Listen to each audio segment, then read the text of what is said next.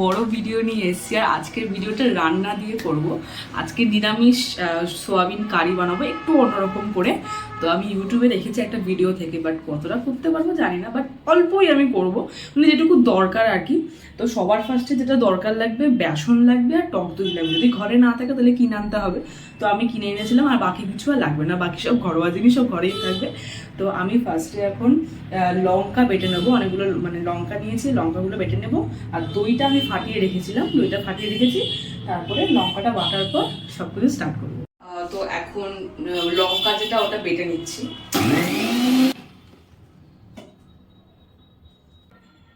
জলটা একটু বেশি পড়ে গেছে, আর একটু বাড়তে হবে, বাটা হয়নি।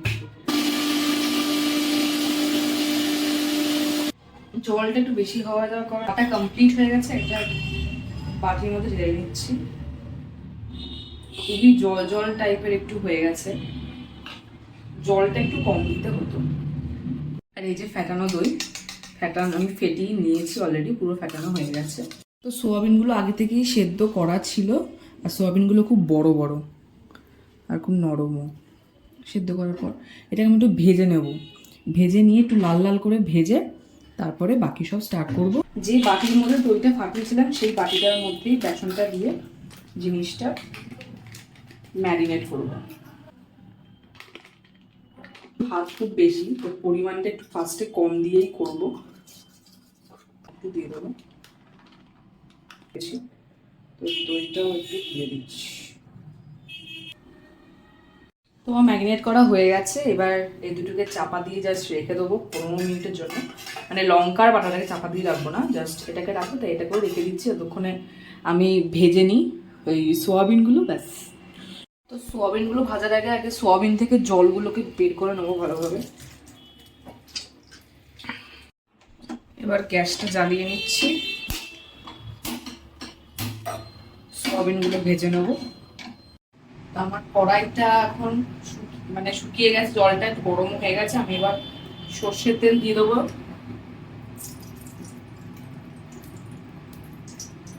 তেলটাকে একটু স্প্লিট করে নিচ্ছি যাতে নিচে আটকে না যায় ভাজার সময়।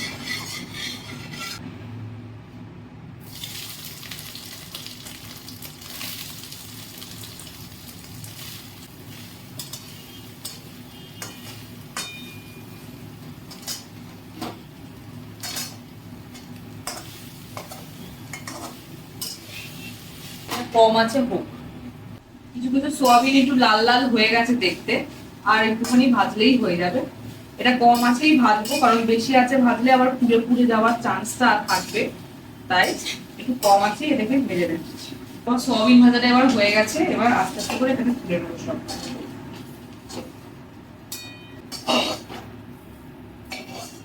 তেল একটু বেশি পরিমাণেই তেলটা দেবো। আমি তেলটাকে একটু স্প্লিট করে নেবো। এর মধ্যে আমি দিয়ে দেবো এই জিনিসগুলো, দুটো শুকনো লঙ্কা দেবো, দুটো এলাচ দেবো, আর একটা তেজপাতা, আর দেবো সাদা জিরে অল্প, অল্প পরিমাণে সাদা জিরে, অল্প পরিমাণে কালো জিরে,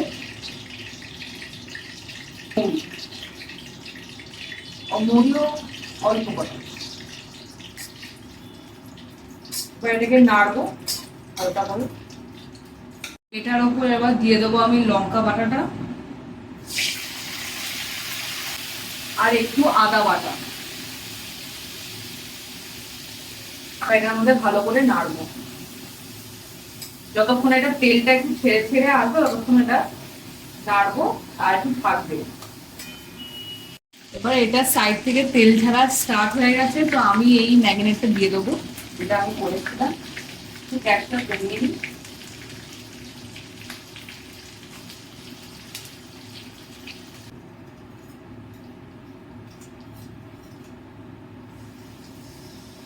ভালো করে নাড়তে হবে।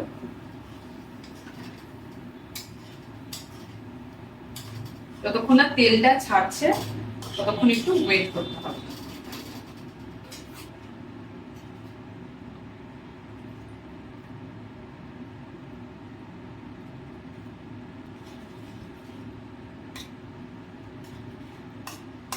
এটাকে এবার ছেড়ে দেবো কম আছে হওয়ার জন্য, ততক্ষণ একটা তেল বেরোচ্ছে।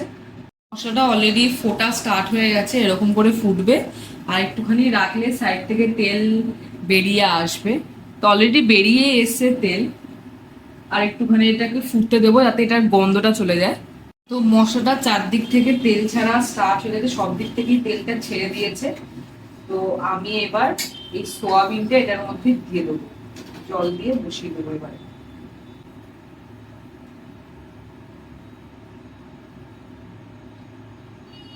মিশিয়ে নিই সোয়াবিনটার মধ্যে মশলাটা।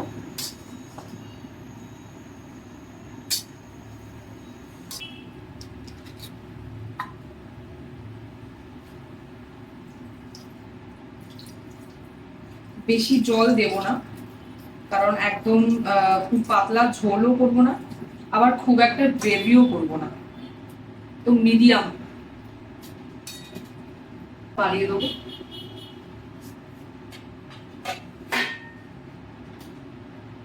আমি একটু ধনে গুঁড়ো দিয়ে দিচ্ছি।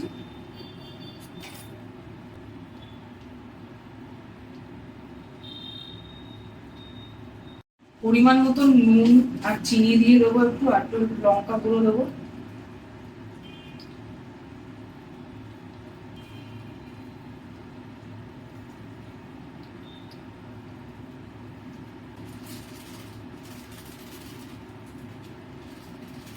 কালার হওয়ার জন্য।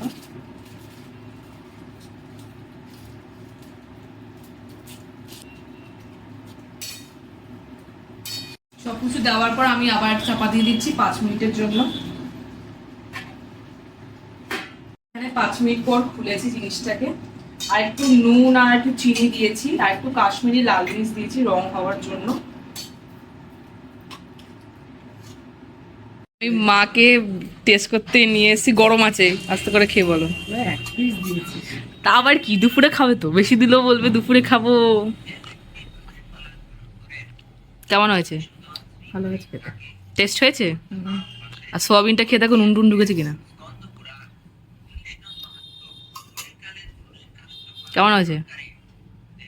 খাওয়া বাবা কতক্ষণ লাগে? ঠিক আছে, নুনটা একটু কম ঢুকেছে মনে হয়। নুন কম হয়েছে সোয়াবিনের মধ্যে? ঝোলটা ভালো হয়েছে। একটু নুন দেবো? বলেছে ভালোই হয়েছে। আর একটুখানি ঝোলটা একটু ফুটুক, একটু জল দিয়েছিলাম, কারণ এটা দিয়েই তো লাঞ্চে খাবারটা হবে। একটাই তরকারি ভাত হয়েছে। আর তো এখানে এবার একটু নামিয়ে দেবো, একটুখানি গরম মশলা দিয়ে নামিয়ে দেবো। তো ঝোলটা বেশি পাতলাও হয়নি, বেশি আবার মানে খুব খুব বেশিও হয়ে যায়নি, খুব কমও হয়নি, অল্পই হয়েছে। এরপর আমি একটু গরম মশলা দিয়ে দেবো এটার উপর।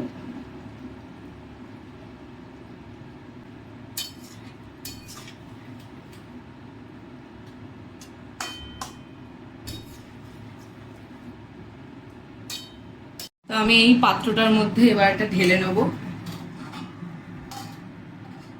পুরোটা একসঙ্গে ঢালতে পারবো না, তাই অল্প অল্প করেই ঢালছি।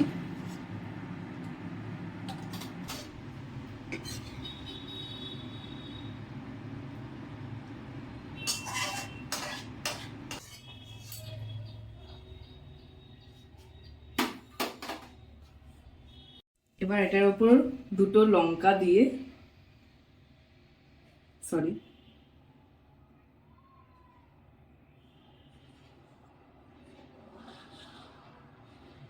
আমার ডিশ রেডি।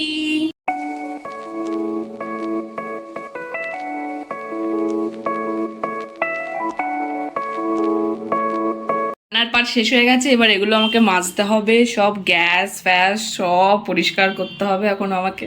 তো আমার রান্না তো কমপ্লিট হয়ে গেছে, এবার আমি আমার সব জিনিসপত্র বাসন ধুতে যাব।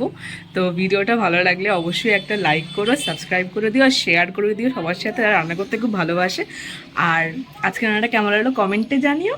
আর দেখা হচ্ছে এটা অন্য কোনো ভিডিওতে। Bye bye.